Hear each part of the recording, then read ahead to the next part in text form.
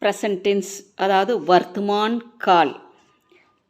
App खरीदते हैं, நீங்கள் வாங்குகிறீர்கள். ஆப் खाते हैं, நீங்கள் சாப்பிடுகிறீர்கள். ஆப் खिजाते हैं, நீங்கள் பரிகசிக்கிறீர்கள். ஆப் खींचते हैं, நீங்கள் இழுக்கிறீர்கள். ஆப் खोलते हैं, நீங்கள் திறக்கிறீர்கள்.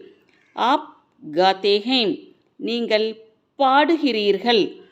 ஆப் गिरते हैं, நீங்கள் விழுகிறீர்கள்.